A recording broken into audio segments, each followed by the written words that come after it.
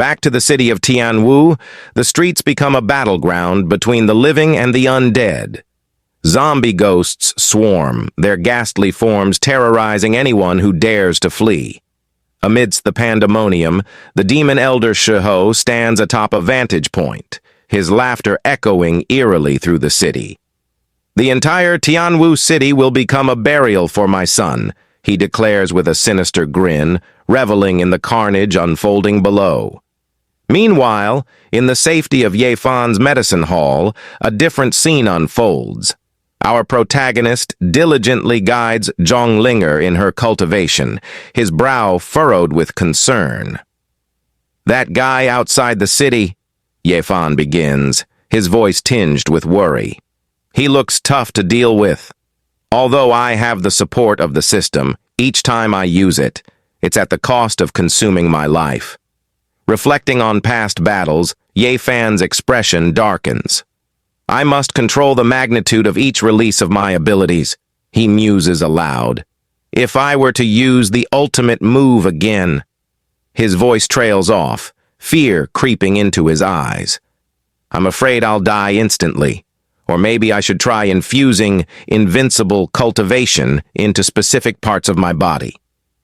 With determination in his heart, Yefan sets about experimenting with his newfound technique. As he channels the invincible cultivation into his body, a sense of anticipation fills the air. Yet as he finishes the process, his expression falls. "It doesn't seem like anything has changed," he murmurs, disappointment evident in his voice. Just then, our protagonist's attention is suddenly drawn to a peculiar phenomenon unfolding in the sky. With a mixture of awe and bewilderment, he exclaims, "What is this? It seems like on the outskirts of Tianwu City. Did I just tear apart space with a light grip?" Intrigued by the sudden revelation, our protagonist infuses his cultivation into his eyes, unlocking a remarkable ability. With a sense of wonderment, he remarks, "Oh my God, I can actually see scenes thousands of miles away with just one glance. And the more cultivation I infuse, the farther I can see. Even beyond the sky, it's all clear to me." As he turns his head, our protagonist realizes another astonishing aspect of his newfound power. "Wait, it seems like this divine eye also has the power of penetration," he observes in amazement. Suddenly, his vision reveals an unexpected scene that catches him off guard, causing his nose to bleed. "This is simply a divine ability," he murmurs, overwhelmed by the magnitude of his discovery. In the midst of this revelation, Yefan quickly moves close to Linger. "I'm fine. Don't move for now," he reassures her, sensing her confusion.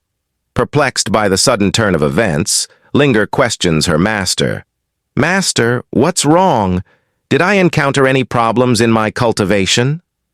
Unbeknownst to her, a strange sensation begins to course through Linger's body, prompting her to exclaim, "Ah, it seems like some power is surging into my body. It feels so warm." Realizing the potential of his newfound ability, our protagonist swiftly devises a plan to utilize it for Linger's benefit.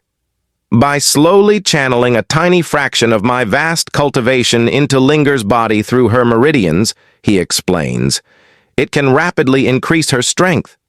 However, as Linger reacts to the influx of energy with an unexpected noise, our protagonist quickly urges her to remain silent. "Linger, hold on, don't make any noise," he cautions, mindful of the potential consequences. "If the neighbors hear it, it'll be troublesome." Meanwhile, the relentless onslaught of zombie ghosts continues to instill fear and drain the life force of its inhabitants. In the heart of this turmoil stands Peng Fei, the stalwart leader of the city's guards, his voice resonating with authority as he addresses his fellow defenders. "Defenders of Tianwu City," he calls out, his tone resolute, "turn these monsters into ashes." With a determined flourish, Peng Fei unleashes his secret skill, the Phoenix Firewind, a devastating force that engulfs and annihilates a massive ghost. As the creature is reduced to nothingness, awe fills the ranks of Peng Fei's subordinates. It's the great leader, one of them exclaims, admiration evident in his voice. He shattered the ghost baby. Seizing the opportunity, Peng Fei uses sound transmission to address the individual responsible for the chaos, his voice carrying a tone of authority and resolve. "I'm Peng Fei, the leader of the city's defense army," he declares. "Whoever from the corpse sect has come to my Tianwu City, won't you stop?" In response to Peng Fei's challenge, Elder Shiho of the corpse sect materializes before him, a formidable presence exuding power and menace. "A junior in the early nascent soul stage dares to tell me to stop," he sneers. What a joke. Undeterred by the elder's arrogance, Peng Fei bows respectfully, acknowledging the superiority of his adversary. "So it's Elder Shiho," he acknowledges. "I wonder how my country has offended your sect. Lord Chu is not in Tianwu City. If there is anything, you'll have to wait for him to return." Suddenly, Damon Shiho issues a grave warning. "You won't have a chance to see Chu Wu Yue again." With lightning speed, he materializes behind Peng Fei, striking him viciously with his claws. Peng Fei, his face contorted in agony, retorts defiantly, "Shameless! The city lord won't let you off." But Demon Shiho dismisses his words, tearing Peng Fei's body apart callously as he declares his intent to destroy Tianwu City entirely. Meanwhile, our protagonist, still focused on aiding Linger in her cultivation, adopts a serious expression. "Shiho from the corpse sect," he remarks. "It seems you've come seeking revenge from me." With determination, he encourages Linger to concentrate on cleansing her essence and marrow. Linger responds obediently, affirming her readiness. "Okay, master." As our protagonist channels more spiritual energy, he vows silently, "Of course, I can't allow him to continue causing trouble. Let's see how much power you can withstand." At that moment, Demon Shiho detects a disturbance in the sky, turning his attention upward. "What is that?" he exclaims, sensing the aura of the powerful individual who killed his son. Suddenly, a massive hand materializes above him, hurtling toward him with incredible velocity. Shocked and fearful, Demon Shiho wonders aloud, "What kind of technique is this? It can tear through space. Could it be a powerful cultivator?" Attempting to negotiate, he pleads, "Please, restrain yourself. I'm an elder of the corpse sect. Offending us will only lead to injuries. Shall we settle this peacefully?" Upon hearing his words, our protagonist bursts into laughter, retorting, "Settle it peacefully? Are you joking?"